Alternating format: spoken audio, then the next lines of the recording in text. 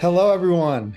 I'm Gregg Bendian. Welcome back to the ProgCast, where we get into it when we're talking about music with just the great creators of music in different styles and different parts of the world. There's just so many different ways to be progressive. And today is just such a treat for me because I'm getting to speak with really one of the progenitors of progressive music, rock, progressive rock, whatever you want to call it, alternative rock. Certainly it was alternative. And he's one of the founding members of Graff Generator. He's a singer, he's a composer, he is a musical conceptualist. We're going to talk about all of that stuff. Welcome to the program, Judge Smith. Hello, Judge. How are you? I'm good. Thank you, Greg. It's very nice to be here speaking to you. Well, we have a lot to speak about. I kind of don't know where to start, but I do like to start with just some early memories of what it was that got you excited about music, how you jumped in, what was your level, what were your other interests, what was going on in your life? I think all that started at school. Usual thing, love pop music. Uh, Early, the first Bob Dylan albums, blues, uh, a lot of jazz. My father was very keen on jazz. And we used to go to, took me to Ronnie Scott's as a very young, teenager. Then later, as soon as I was, 16, he'd give me £5 and packed me off to Ronnie Scott's on my own. He had this quaint idea that you wouldn't come to any harm in a jazz environment, which is, I think, rather optimistic on his part. But still, I got to see a lot of jazz, and I love jazz. I still love it. Um, but I didn't start to get. Oh, I played drums at various school bands and so on, but very bad. Greg, I can't tell you. I'm such a bad drummer. um, but on leaving school, I went to America. This is 1967 with a friend, and we spent 3 months in the States going around on a Greyhound bus. You could get a ticket for 99 days for $99. Had you Uh, heard the Simon and Garfunkel song yet? America? oh yes. I don't know if it had come out, I'd have heard it, but Was that this wasn't what was inspired me. it It's a wasn't wonderful, inspired by it's a that? wonderful song, just a Because magic that's song. I love exactly it. what you're saying, is that you got a Greyhound bus. Yeah, to look for America. It was an amazing time, and we ended up in San Francisco. This is the summer of '67, and that was pretty mind blowing experience. And we turned up in the middle of the night, didn't have anywhere to stay, and we went into a coffee shop, and there were all these guys with funny clothes and long hair. The hippies.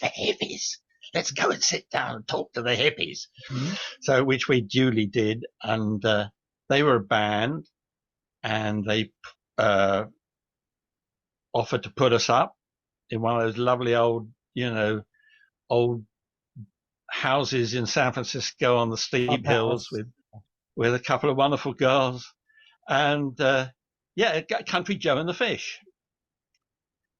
So we're just Landed right in. callow kids, 18-year-olds, fresh out of posh English public school and rattling around San Francisco. We went to lots of gigs and we saw all the most of the San Francisco bands. We didn't catch Janis Joplin, we didn't catch the Grateful Dead, but most of the rest we saw, or I saw. It was amazing, and that really made me think, this music stuff. Because I fancied myself as a poet, like you do when you're 18, you write poems. And I thought, this was really you could make an art form out of rock and roll, in other words, and do serious stuff or strange stuff. Okay, so this is where I wanted to jump in, because your background, your posh background, right? Your sort of bougie thing. And you're what? You're bored with that, and you're looking for the thing that speaks to your moment, your age. You're not buying into your parents' records necessarily, even though you went through your jazz phase. But you're interfacing with ground zero of psychedelia in possibly the whole entire scene, but certainly the Bay Area scene. That must, how much did that attract you? How much did it just blow your mind? Or were you looking for it? Were you hungry for it? Well, I thought this was something I could do. I could certainly try and write words that would fit with this kind of music. I don't think at that time I really thought about writing music as such, as far as I can remember. But I thought, I gotta get into it. I gotta have a band. I gotta be in a band. And I was going, when we got back from this trip, I was due to start at Manchester University.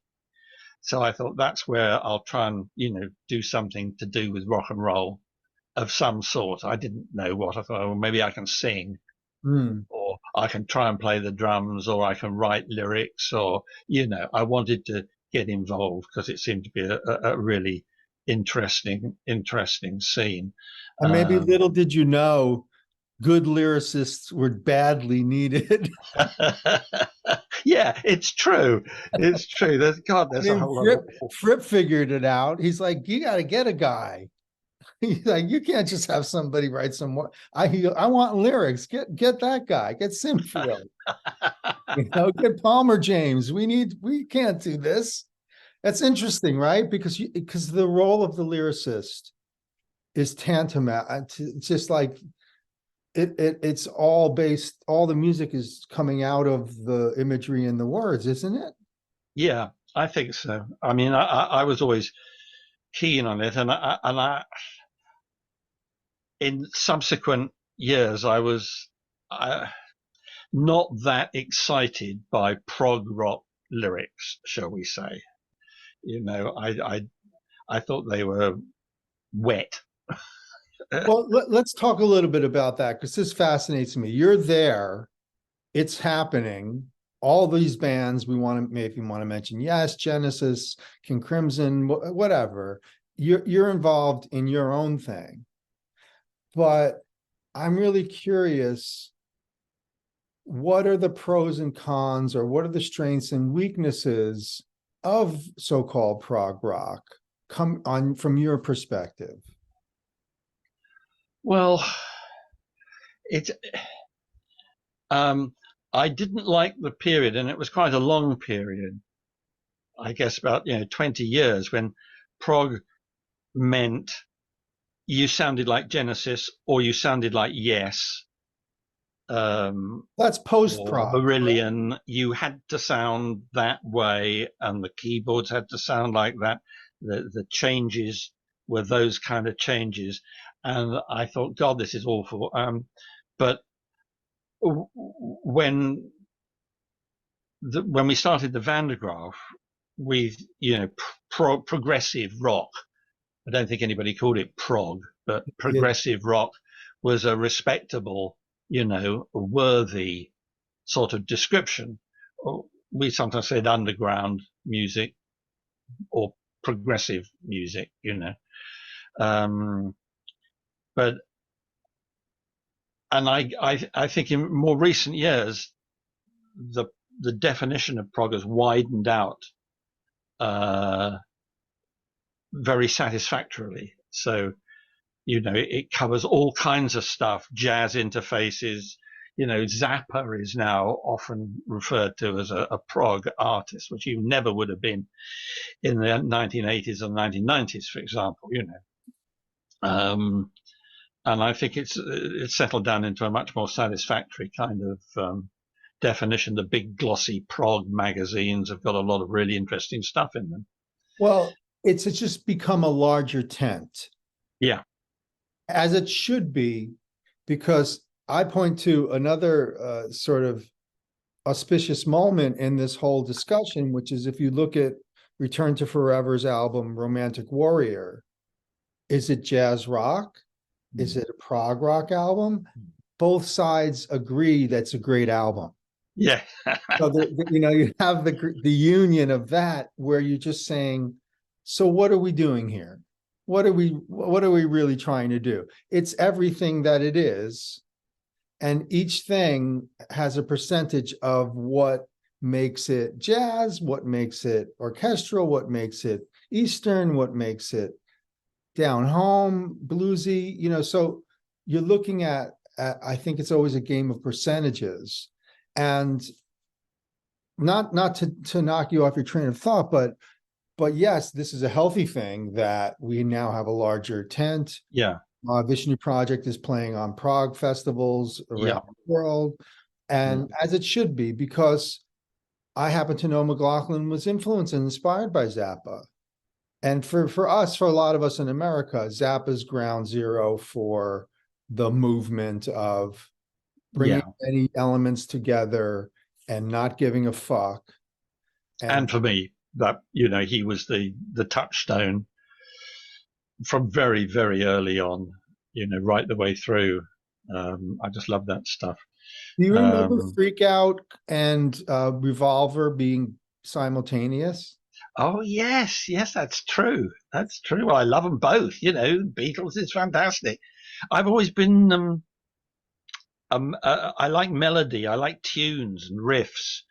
And sometimes I felt that prog music has had the most fantastic musicians, unbelievably adept musicians with levels of skill that are staggering. But they're not playing very interesting tunes. There's not been a overriding compositional thing going on. It's been like, let's get together and play some complex shit, Okay, so that you're talking about the post period, the neo period. Yes. Yeah, that's very much true. And of course, I say this all the time. You have to have the writing. There's got to be. Yeah, I think so. It can't, because then if it's just platforms for improvisation or wank, then what is it? Well, Jan Hammer would call it improvisational rock. He doesn't like the term jazz rock. I don't know if I've ever told that on the show before, but the conversation I had with Jan Hammer after we performed the entire Intermatting Flame with the Mahavishnu Project. He came to hear us, and he said, I really like what you guys are doing with this. You're doing your own thing. I said, well, yeah, Jan, we feel the point of the music is, since it's, any other form of jazz, and he stops me and he says, no. This isn't jazz rock. This is improvisational rock. Do you think Jeff Beck knows anything about jazz? Mm-hmm. Yeah. And it was like and he said, oh, I was there when jazz died. That's a good line. So I know what this is. It's really interesting. Coming from, the guy. Like, no, this isn't jazz rock. This is improvisational rock. And, we've heard all these different, monikers that either do or don't help. Well, that's a great line. I was there when jazz died. Yeah. What was he talking about there, incidentally? What it is that moment where electric instruments have to take over. The energy of that moment, and post Hendrix, and it was like there's post Beatles and there's post Hendrix, and they kick up a notch. So in the post Hendrix world, that's how you get McLaughlin. In the post Hendrix world, that's where you go from playing with Sarah Vaughan to go, oh, what's the hippest electric thing happening right now? Because immediately wanted to play synth and he didn't have one. So he's on Rhodes with the fuzz, with the processor, and then he's longing to be electric. So this is the guy who's leaving dead world and going Yeah, to the moment for him. yeah, yeah. You couldn't go back. You couldn't. It's such an interesting inflection point because it just really is going to either continue in the tradition or you're going to now have this whole other thing, which included you, Judge. And you had a jazz rock group called Hebelob. Oh, that was funny stuff. Yeah, we liked Zappa, and it was we weren't very good. At least I wasn't playing drums, so that's a step forward. What were you playing? I was singing. And writing mainly lyrics, but we had a saxophone player called David Jackson, and he was the only one of us who could really cut it in terms of musicianship. The rest of us just weren't really good enough to do what we wanted to do. We cut some demos for, I think they were called, I don't know, Marmalade or Tangerine.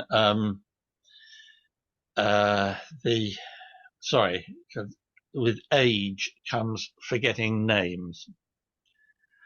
So I'm trying to think of the name of the manager who signed us up.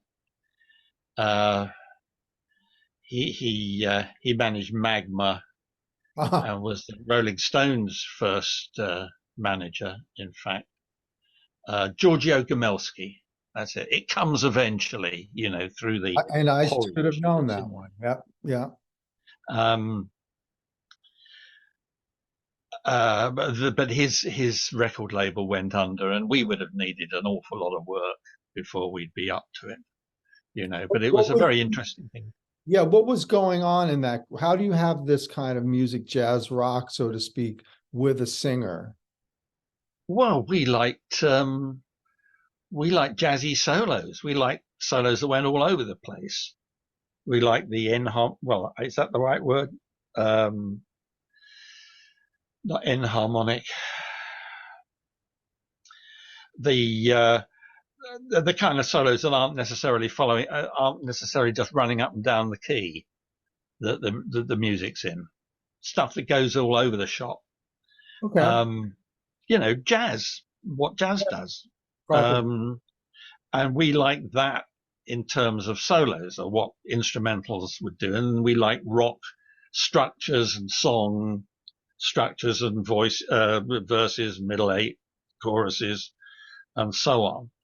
But our keyboard player, we liked him to go crazy, and David Jackson could cut loose and was actually able to play pretty well, even at that stage. I mean, I think he's a wonderful musician. We've stayed in touch ever since. Yeah, it didn't seem to be a conflict between those things at all, really, any more than there is in Zappa.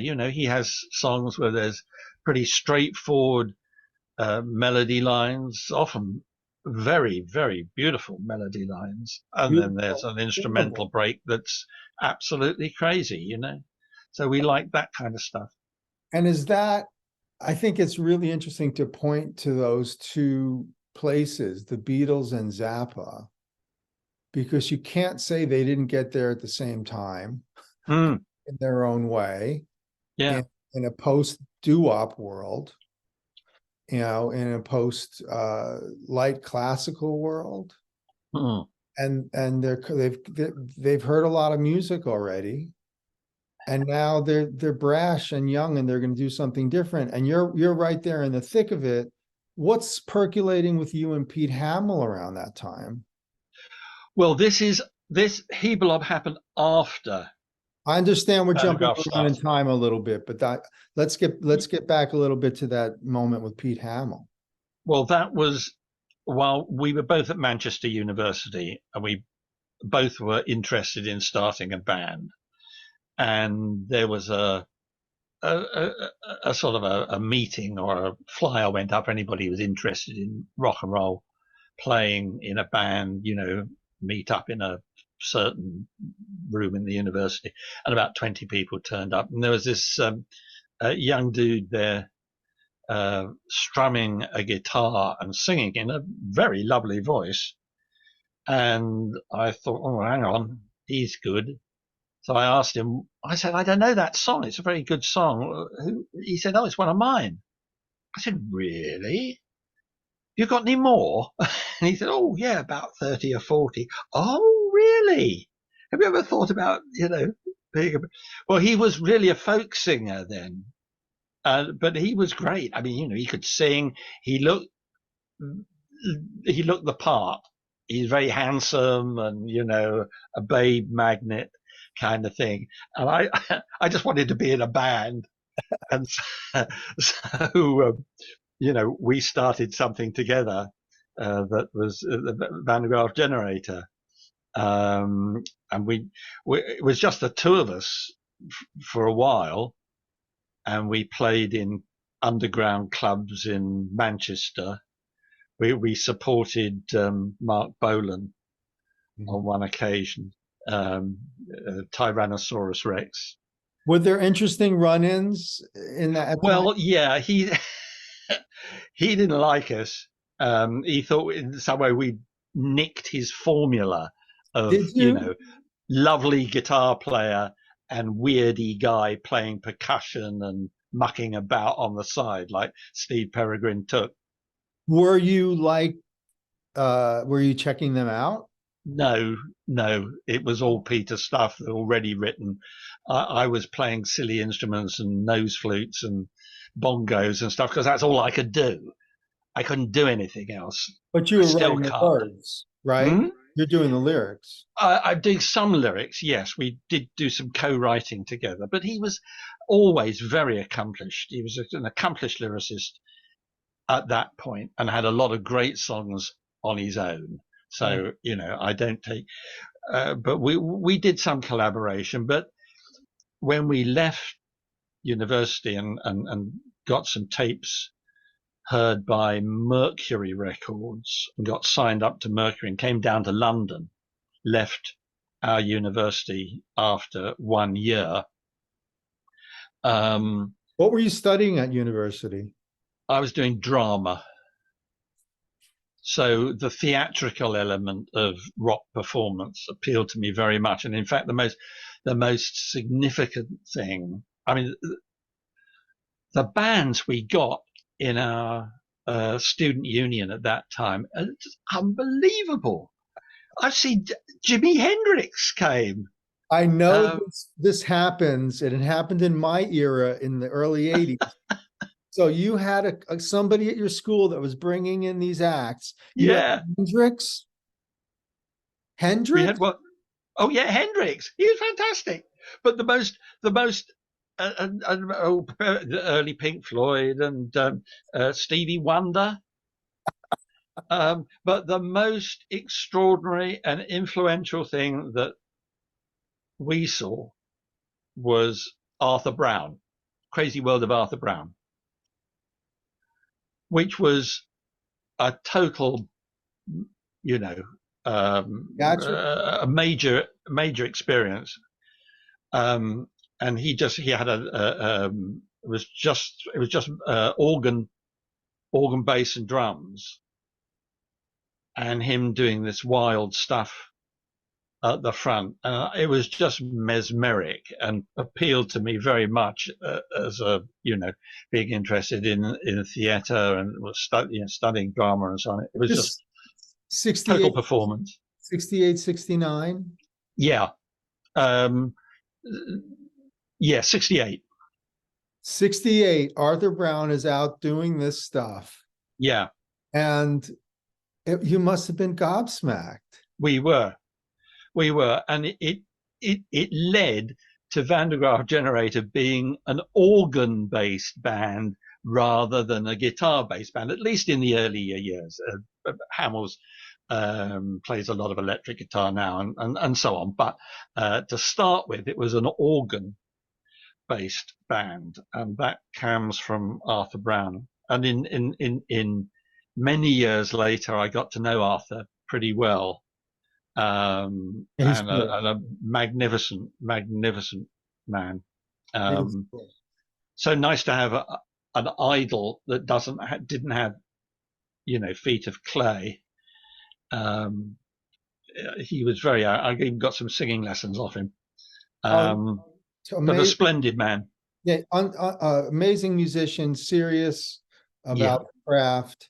I mean, come on, it's Arthur Brown we're talking about. Now, we're speaking of organ in this moment. Is the Nice on your radar? Oh yes, very much so. Yes, when we started up in London, they were going by then. They were operational by then and were very impressive. Obviously, Emerson's amazing organist. So yeah, we were certainly checking them out. Classical rock idea appeal to you? Oh yes, it does. As long as it's not just doing jazzed up versions of classical tunes, as long as it's going somewhere different. Mind you, nothing wrong with that. Fanfare for the common man and all that is great stuff. I mean, it's marvelous work. That classical shtick is always appealed to me anyway. And Hammill, a lot of his lines and his structures were quite, romantic music, in the 19th century and description. It's such an interesting juncture again, because it's predicated upon a music public that had been exposed to what we could call light classical or classical music in some form through the radio, through it being in the education system to a certain degree, even in grammar school or earlier.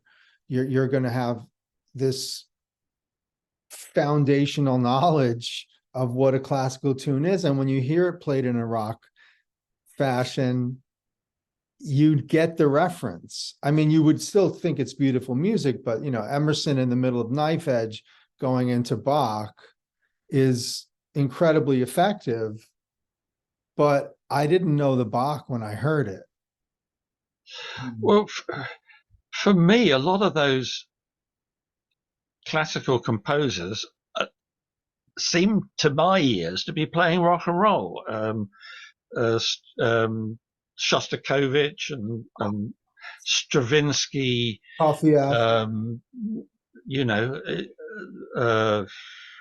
Firebird, Rite of Spring and so on is rock to me.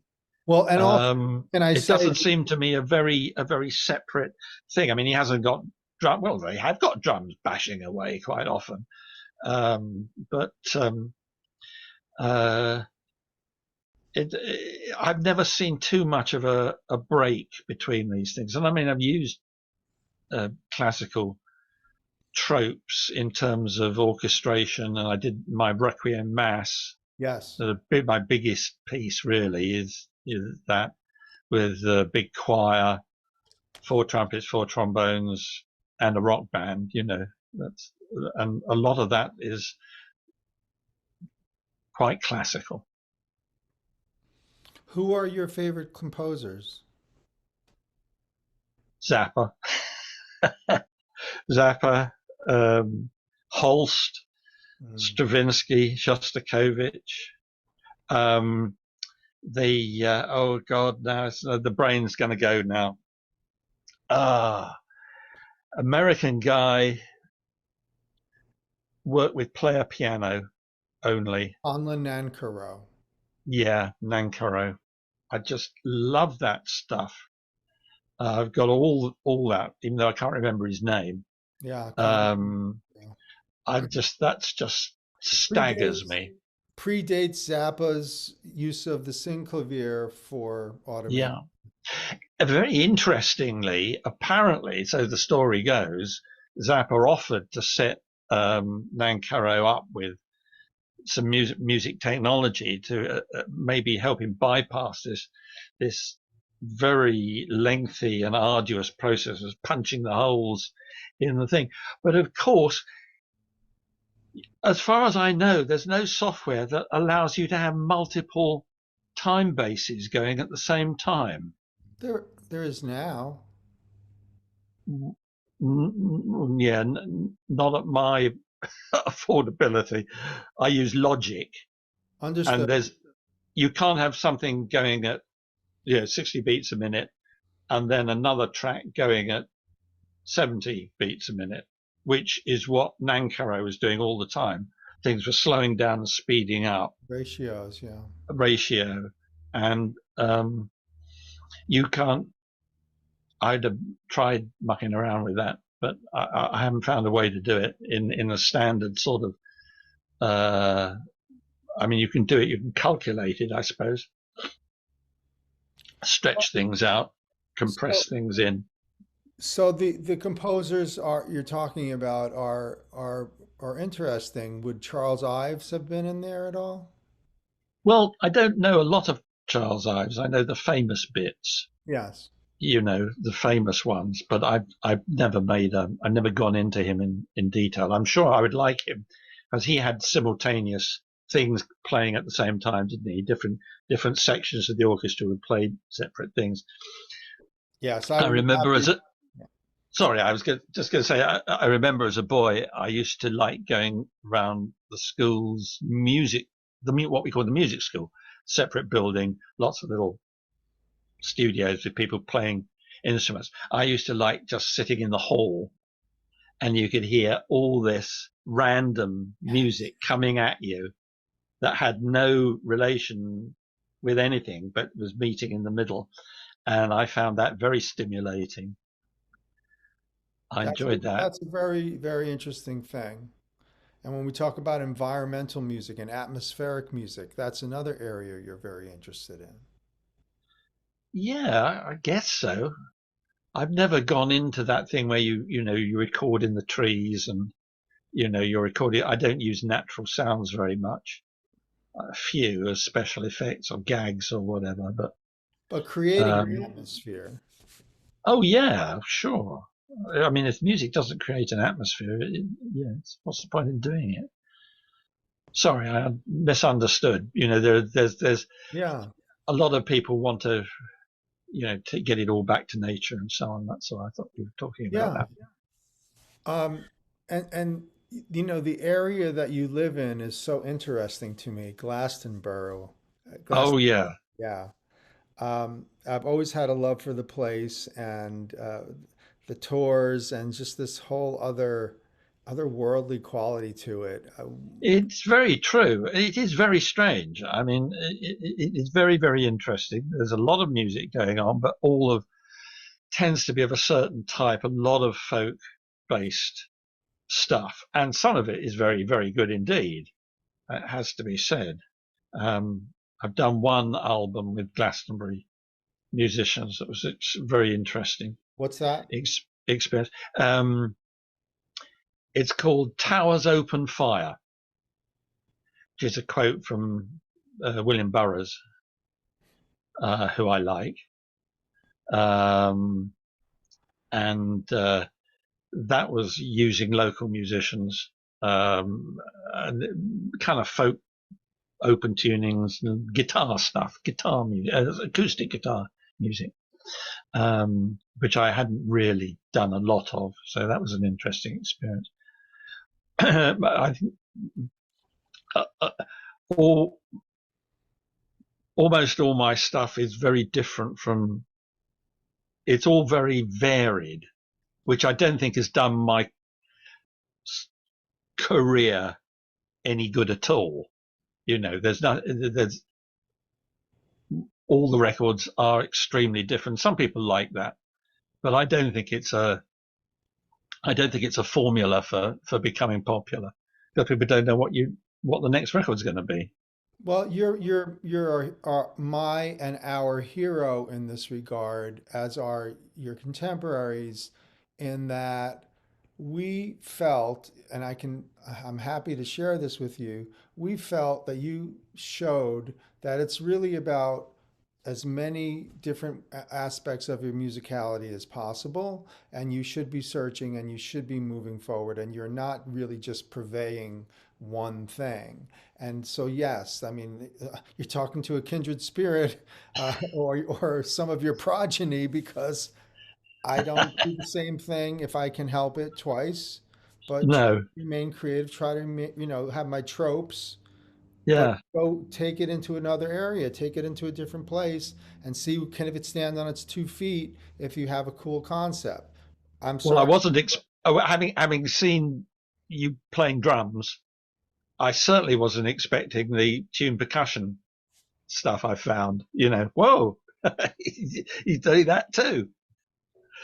So Yeah, yeah, it all it's falls under percussion. So for me, at an early age, I decided it was all percussion. So drum set is just percussion.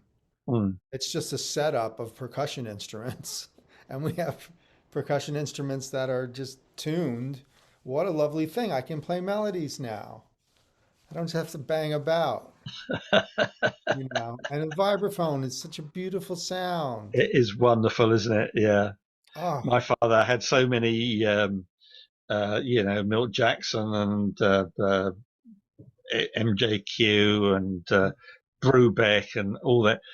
Yeah, so much vibraphone stuff. I loved it, and still do. It's still a fascinating sound for me. Red Norvo all the way up to Bobby Hutcherson and Uh, beyond. and all that. Just these guys and the role of it in cartoon music.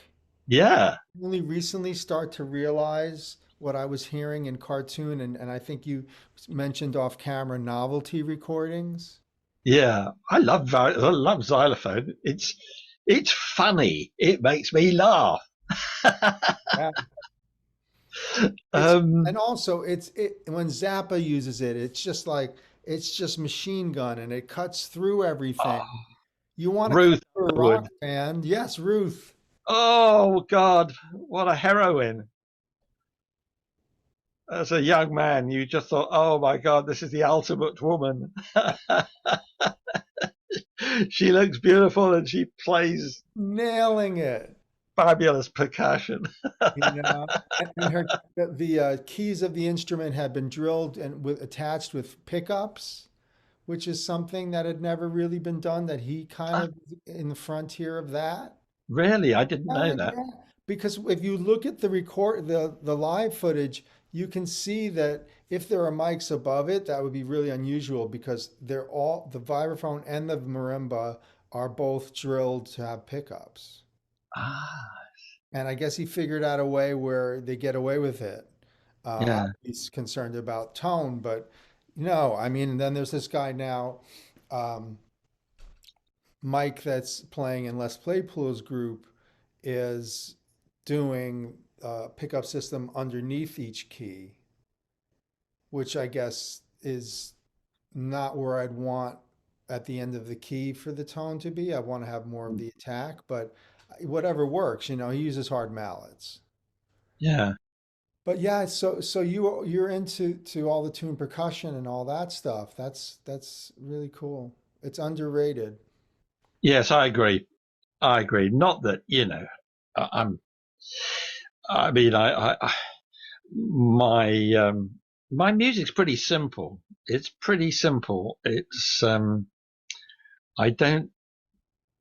I can write quite complex sort of compositions, but there's no virtuosity. If I want some virtuosity, I mean, most of my music is done with other people. I will make demos, and then I will get guitarist friends or whatever, keyboard people, um, to play properly. I don't have any pretension. This last one, I did do all myself, so that's all programmed and so on. I can do a fair old demo of things, but generally speaking, I want to get real musicians in there. It's a question of finance, really. I've always been completely independent, not through choice, really. It's just that no one, no one's going to manage me or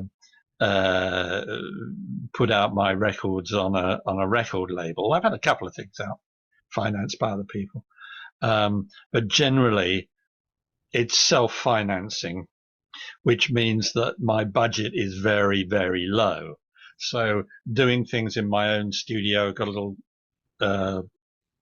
garden shed, really, that I use. Very nice, quite well soundproof, for laying tracks down. And then getting other people to record remotely, sending stuff or coming in and playing stuff. And then I take the whole lot to a proper studio for mixing, and that's a good compromise. I can afford that. So I've cut my coat according to my cloth, cut my cloth according to my coat. No, that's not right. I've had to work within my budget. Your coat according to your cloth. Cloth, that's it. That's the one. Yeah, it's so true. It's like on this upcoming Mike Keneally thing where I did xylophone, vibraphone, glockenspiel, tuned percussion, untuned percussion, drum set. You know, we did it remotely and just sent it to each other so that we could, then he'd overdub on top of that and then I'd overdub on top of that. I've And heard some early material by him, and he's great. I think really good, yeah, really and so good. we co-created this thing based on him playing bass and me playing drums, improvised song form, and then we wrote a melody to the bass part, and then we wrote a harmony to the bass part, and it just sort of never worked. I've never worked that way before, and it was very fruitful because you come up with things you would never come up with if you were trying to write a proper song. Yeah, You know, these odd numbers of bars and phrases and leave a beat here, add a beat there, and just happening organically. Now that's your skeleton to build on. Yeah. So you and Pete Hammill really are only in Van der Graaf for a minute, right? me, I was in for a short time. Um, when we got to London, the first thing I thought we've got to get a proper drummer, because I was the drummer, and I was very. I've realised I was no good, and we needed a proper drummer. So we recruited a proper drummer and an organist. Then, of course, I didn't really have a job anymore. I didn't have a role. I was sort of singing backing vocals, harmonies and stuff, which I wasn't very good at. I've got better, got a lot better as I've got older at singing, but really I wasn't. I was far too. I want you trying to copy Arthur Brown all the time, which is not a good thing to do. So I left after their first single because I just, how you are when you're young. You want to be valued, and everyone was very nice, but there wasn't really a role for me. Hammill was once he got into the idea of rock rather than folk music, his writing just took off in a major fashion. Words and music, remarkable work, and really didn't need me from that point of view. So I was waving a tambourine and going ooh and ah in the background, and It makes perfect sense. Yeah, it makes sense. And what's your impetus at that time? What are you looking to do when it's your thing? well, that's when I went off and had this group called Hebelob. I mean, honestly, with a name like that, I mean, how could we have? What were we thinking? We called it that because um, bebop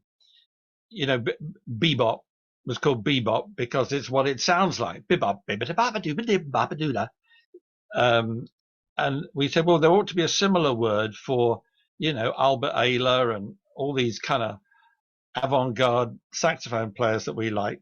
And we said it was Hebelob because Hebelob, you know, that kind of This is sound. an interesting area too, because trying to name Eric Bailey, Evan Parker, improvised music world, somebody came up with squeaky bonk. Just like with Meshuggah now, that it's called gent, because it's gent, gent, gent, gent, gent, gent, gent, gent, gent, gent. And you see this tradition, and it works perfectly because, of course, that's how bebop was called bebop. we, we like that. Yeah, talk about Evan. What was it? Evan Parker, and yeah, we Max, the guy from Hebelob, and I actually carried on because I went. He was an architect, um, and I went on to work for him freelance for a long time.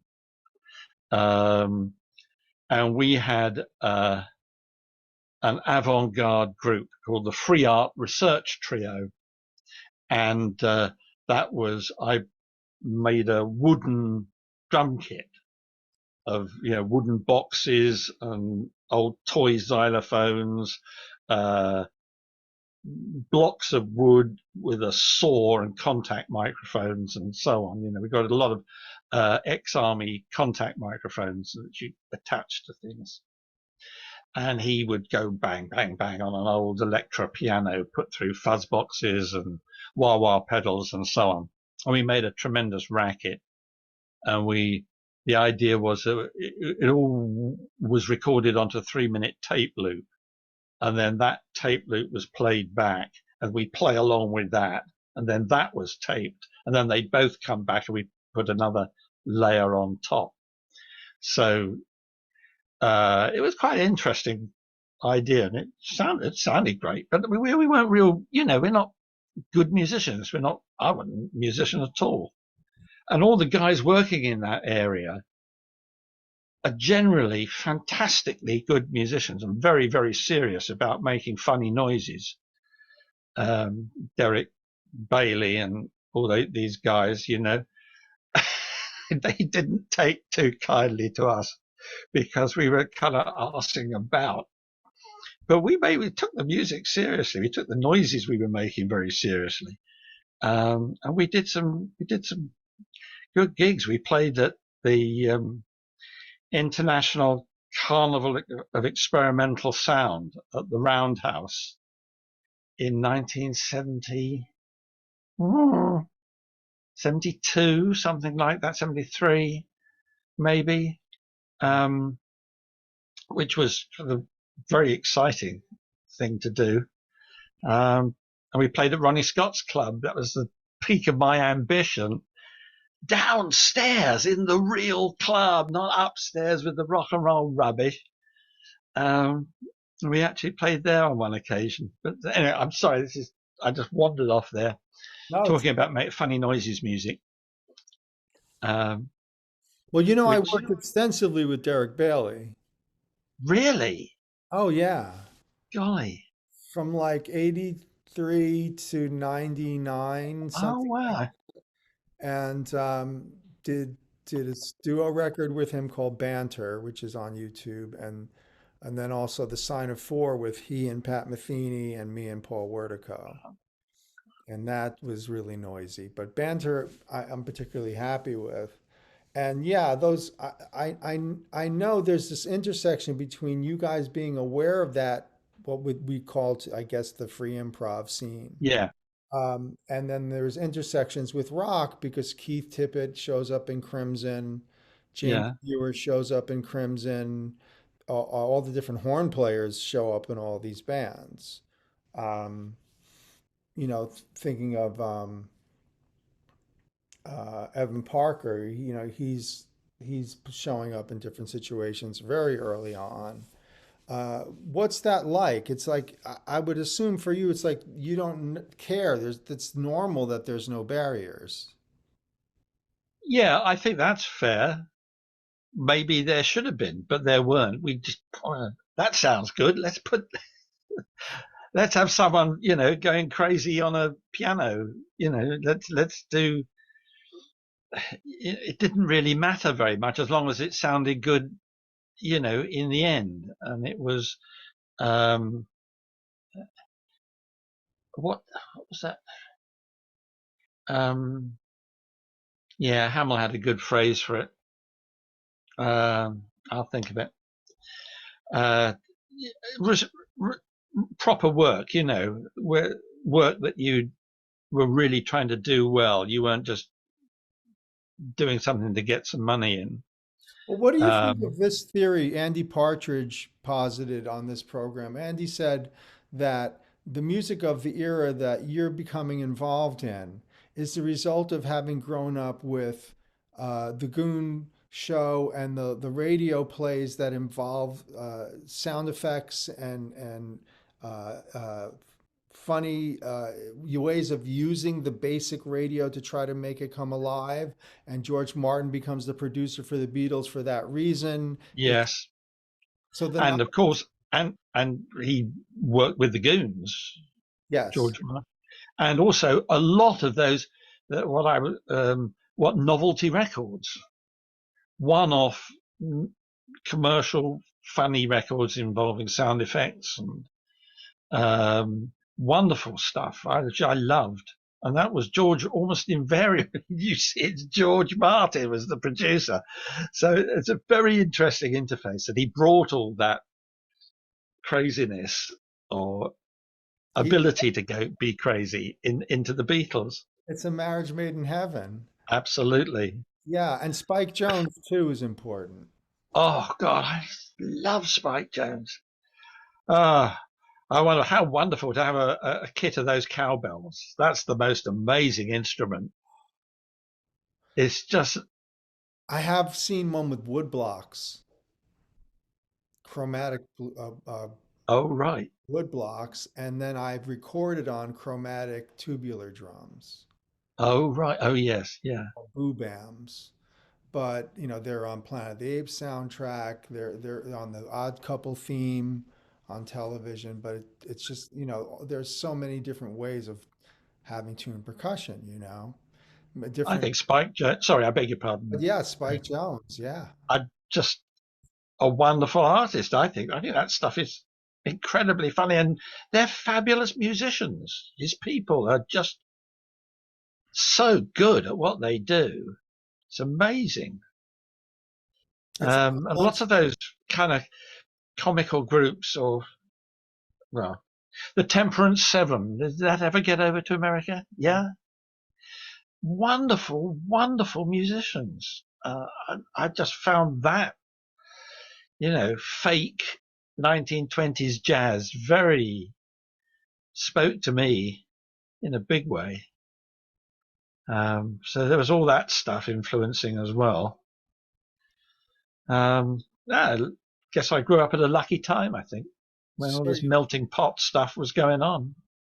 For sure you did, sir. And I will say this also. It would seem to me that you are a person that associates music visually and associates visual musically. Is that fair? Yeah. Can you tell me a little bit about Song Story and just how it's opened up into a concept of theatrical music presentation? Yeah.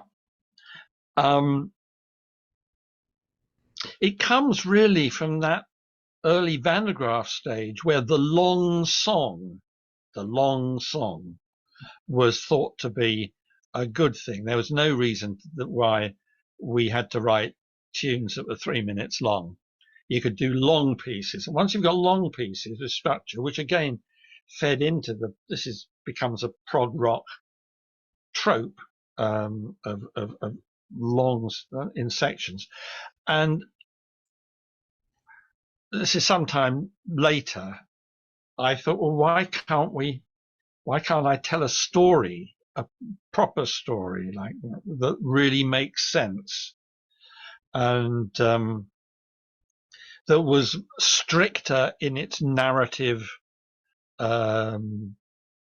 It obeyed its narrative instructions more severely than things like, say, Ziggy Rise and Fall of Ziggy Stardust. Ziggy Stardust is the most wonderful album. and I think originally he was trying to actually tell a narrative story, which doesn't actually happen on Doesn't the. end up happening, but this idea is being bandied about, Yeah, trying to get people through a story in 3 minutes, story in 7 minutes, story yeah, in a half an hour. And Joe and Chris is doing suppers ready, yeah. and so this is what's happening. But those are surrealistic and non sort of audience participatory thing where you have to make sense of it, but you're trying to tell a story. I wanted to. I'm a bit, maybe I'm a bit more square, I guess. I think I thought it would be fun to do something that really made sense. And um, this is a long time later. Uh, I did a solo album on my own just to show I could do it and to get my friends to take me seriously, musician friends to take me seriously. So if I asked them to help me out on a project, they'd say yes, because, well, he did that thing.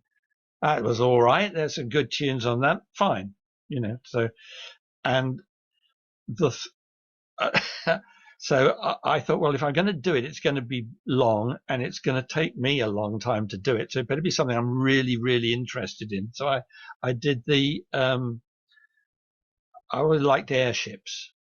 So I did the story of the R101 airship disaster, or the whole airship thing, the British airship experience.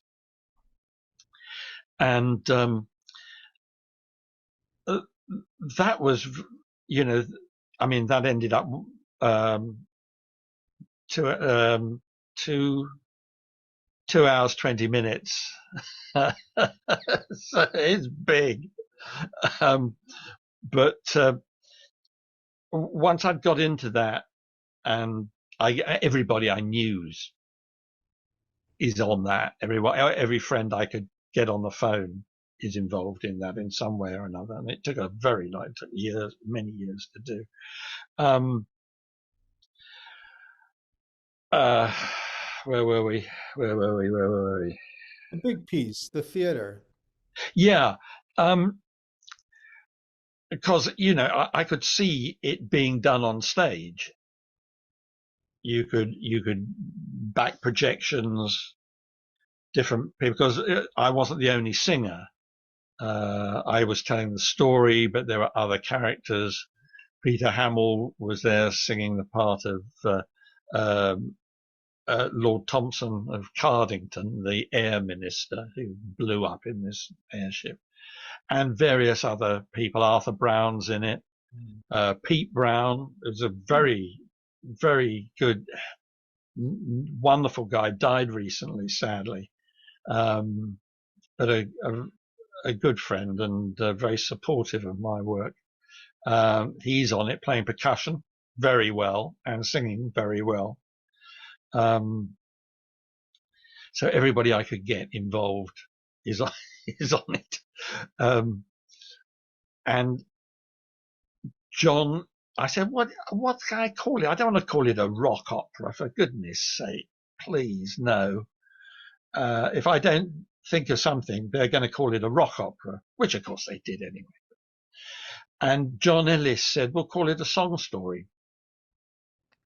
John Ellis, the long time, collaborator with me, he was in the Vibrators, one of the seminal punk bands, and he played for Peter Gabriel, or Gabriel 3 or Gabriel 2. Yeah, one of those ones. He's all over, and then he played with the Stranglers for years. Yes. So a great and a wonderful, wonderful musician and a good mate. Anyway, it was his concept to call it a song story, and I jumped in it. I thought it's wonderful. So I've called, and I've done say 3 in that format now. And I think it's a very valid form, to be honest. You must be a Where fan. someone's You must be a someone's fan. telling a story, and then other people are coming in and singing their bits and so on, but it's not an opera. Sorry, Greg, I keep cutting over. That's why I'm following on that. It's like Sweeney Todd, where it's a definite story with definite backstory, and then there's musical bits that happen, and then there are parts that aren't musical, or is all of the stuff being sung the whole time? This was sung all the time, virtually, or it was No sung through. There repetition? was no talking in it, or virtually none.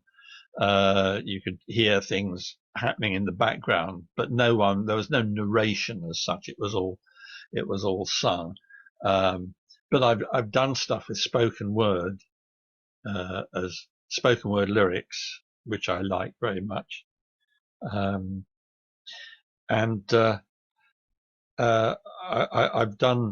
I've actually written musicals, actual stage musicals. Done about three of those, which was interesting experience. But boy, that's a very expensive medium. It's almost like opera. To be done well, you've got to have really good people. You've got to have a good band. You've got to have all the production values and so on.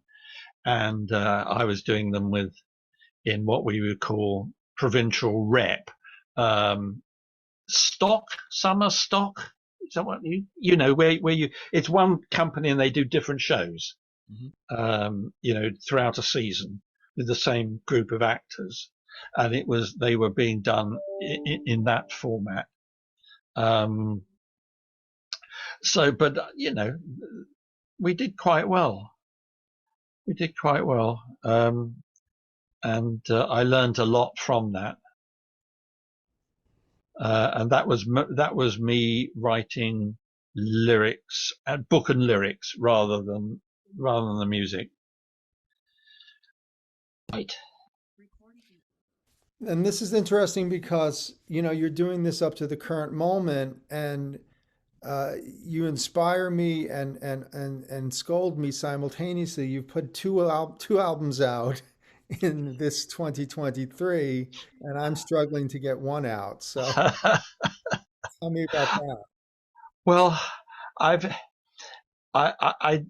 the album 2 albums ago, I put out an album called Old Man in a Hurry, which is a honest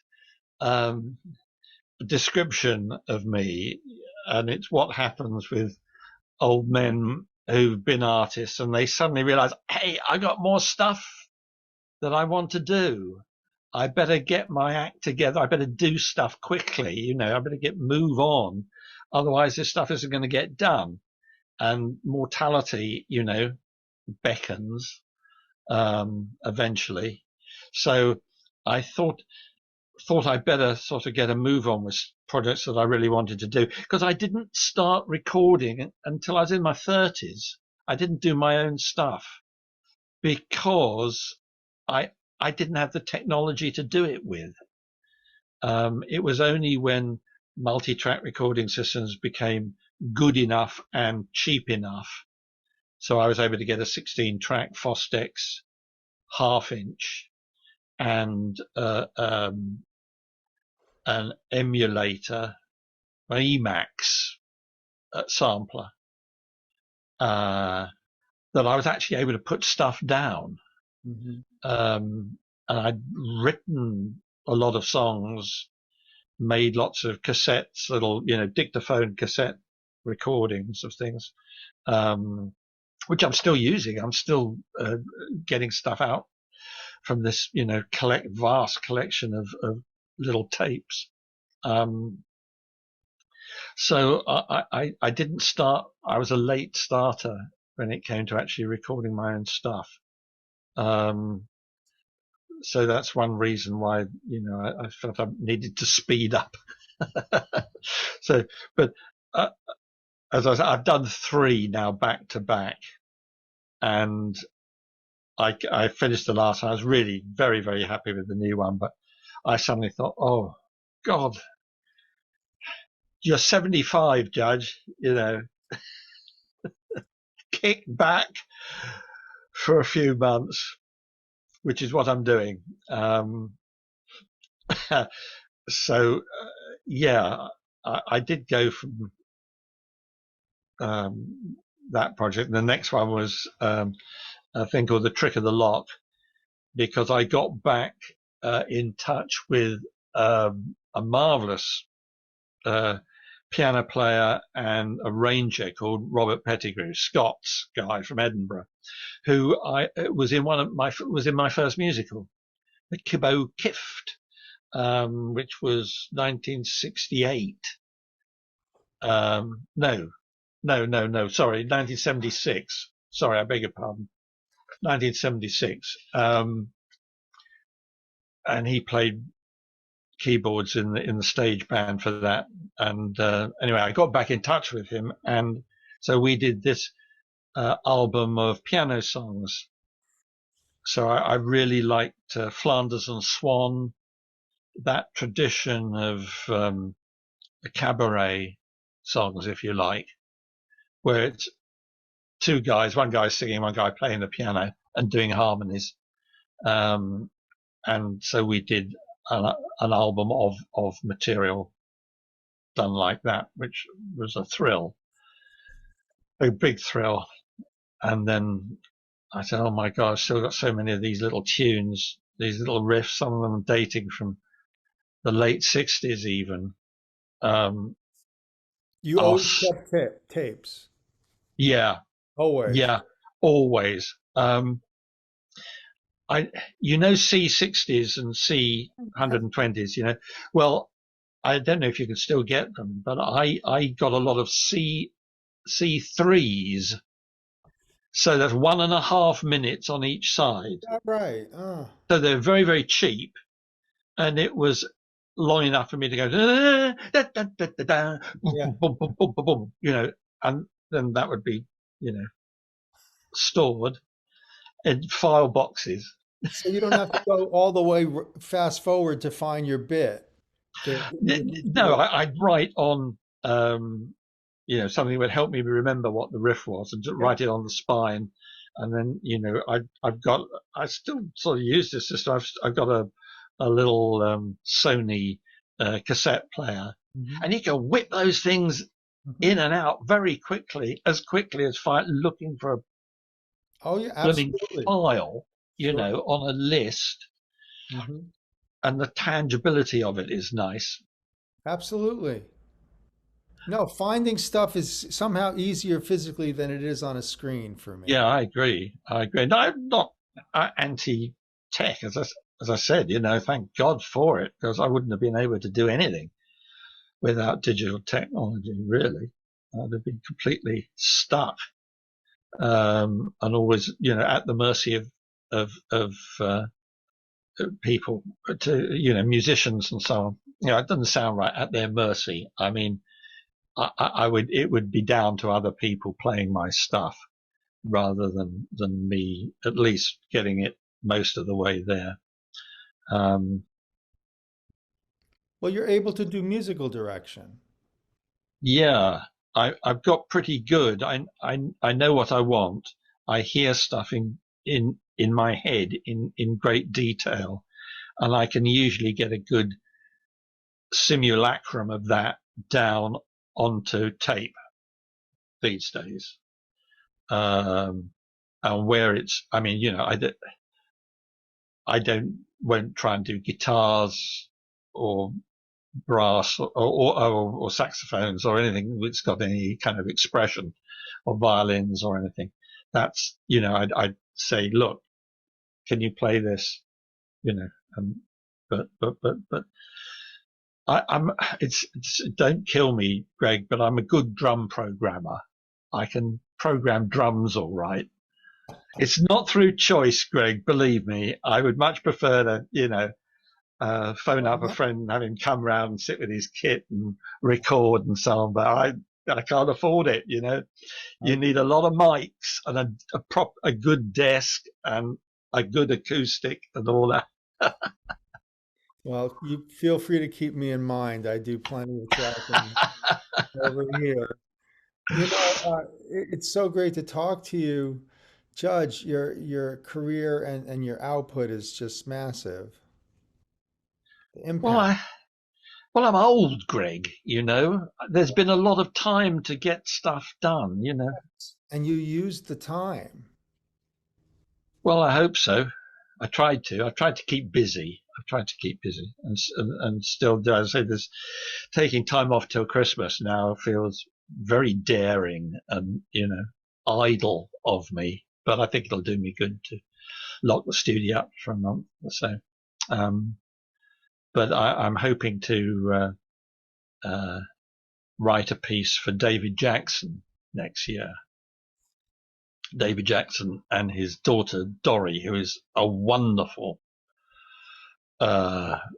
vocalist and vocal arranger, very, very clever vocal arranger, harmony vocals and big choirs and stuff like that.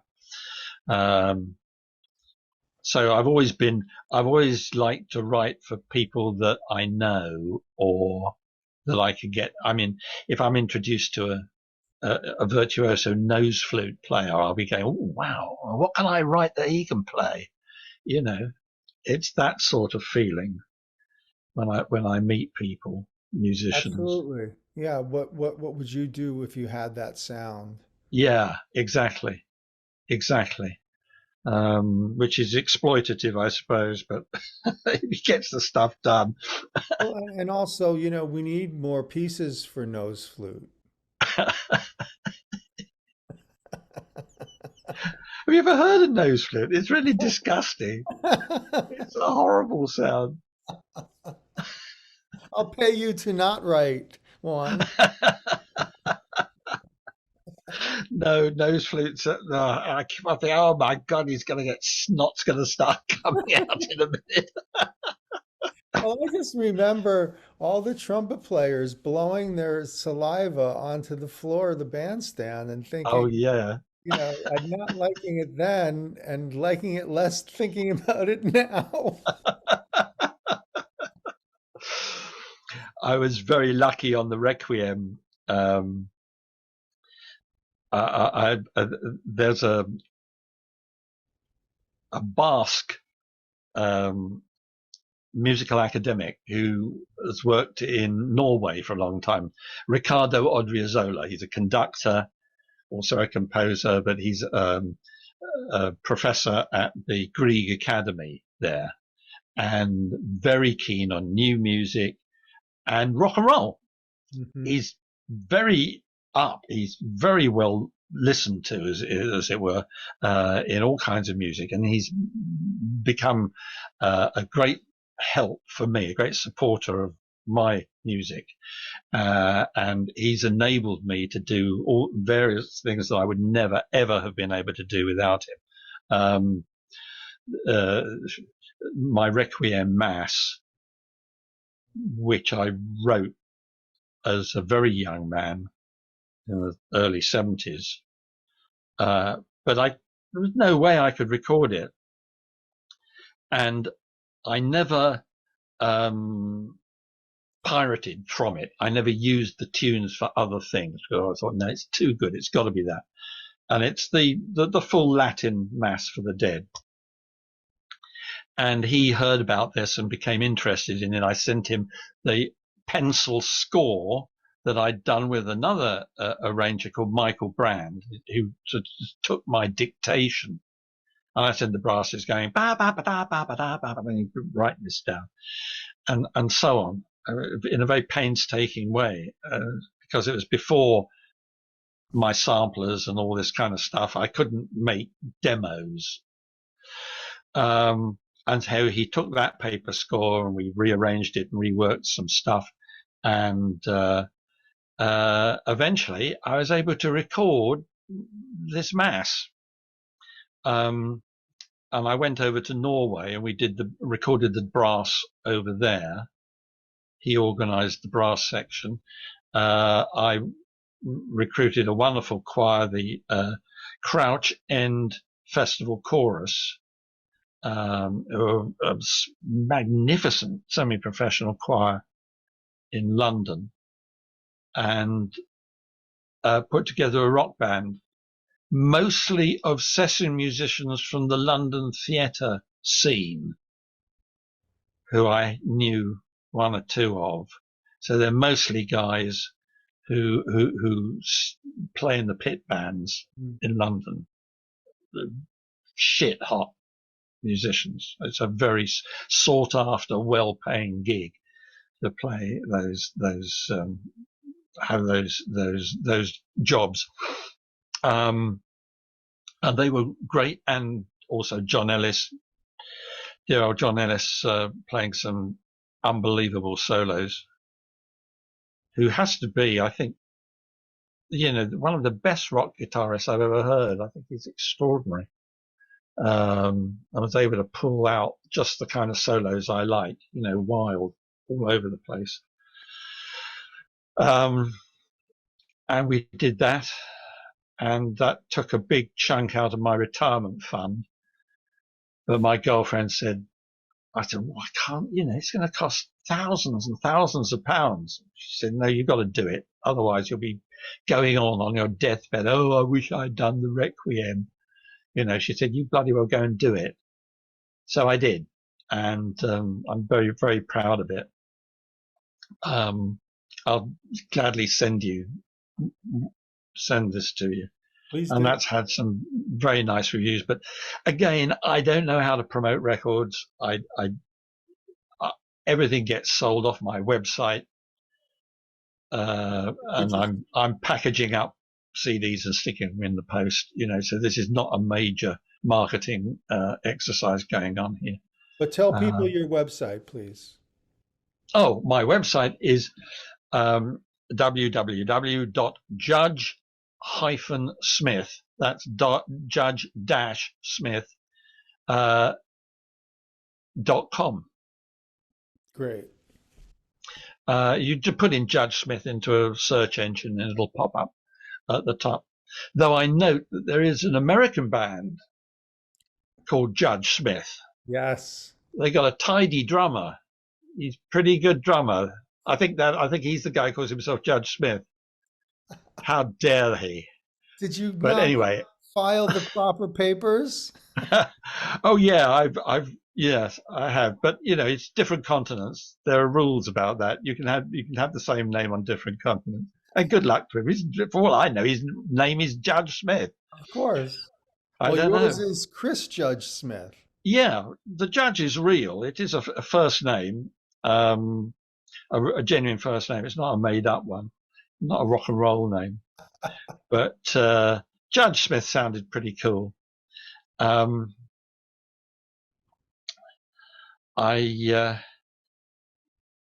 Yes, I've got a story about that, but anyway, it'll come up. It'll pop back out of the porridge, which is the state of my brain these days. And Judge, you have new product which you want people to know about. Please tell us about it. Wouldn't mind, Greg. Thank you. Yes, this is the latest joint from the Judge, Mr. McKilowatt's Dances. It's an homage, really, to the old novelty groups of the 50s and 60s who used to feature xylophone. There are lots of xylophone on this. There's 25 short tracks, 2 minutes long, lots of jolly tunes. Anyway, there it is. It's all there on that website or on Bandcamp, where all my stuff is there. And the so-and-sos let you listen to it for free for a couple of times before they ask you to buy it.